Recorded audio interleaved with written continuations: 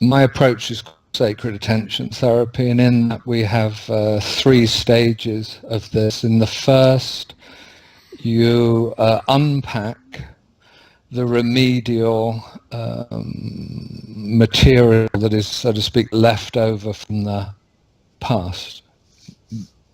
Childhood and early life experience. It's the way in which you organize the relationship to life and to people in life, and arrived at certain kinds of positions in regard to life and defended yourself from experience.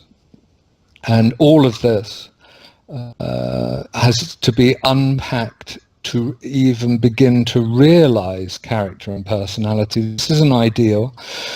In a more intelligent and widely led culture, I would have it that by the time we're 21, we've released childhood and teenage years and adolescent issues. This is, so to speak, how it would be naturally if we had intelligent, wise people to mentor and to guide us. However, most people don't let go of the unfinished business of childhood and early years for the whole rest of their lives. It's a great tragedy. So having let go of that, and I'd refer you to Your Essential Self or Human Awakening, which details this and to some degree how to do this. Sacred attention therapy goes further on the practical issue of how to do this. You blossom into the human life, which is the life of the heart and authenticity and compassion. It's a dimensional shift. You become yourself. You blossom or flower into the being that you really are without any reference whatsoever to the past. Past is dead. You are fully alive.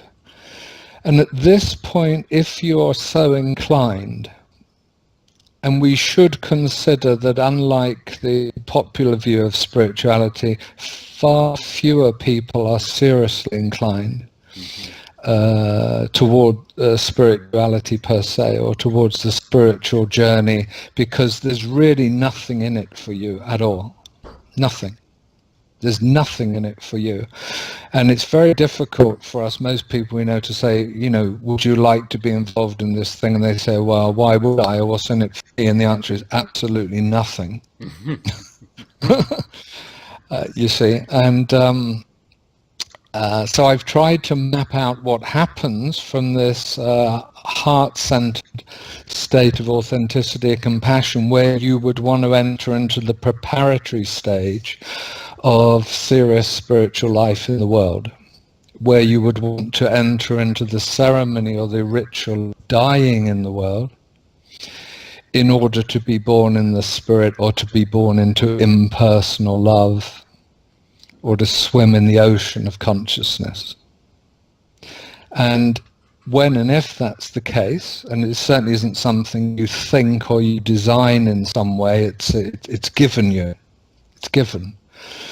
If it's given you, then you enter into a period of preparation, which we talked about somewhat in a set of talks called the Novenas. And here you clearly see very important aspects of life in a totally different way, so that you can reformulate them to become integrated and stabilized in the beginning of a lifelong sadhana. Sadhana, the way I use it, means spiritual discipline.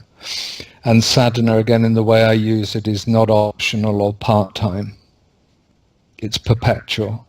It's for the whole rest of your life and beyond. You don't stop. And so these are the 3 stages, and this is how personality work on the personality is connected to the sincere life of sacred spirituality.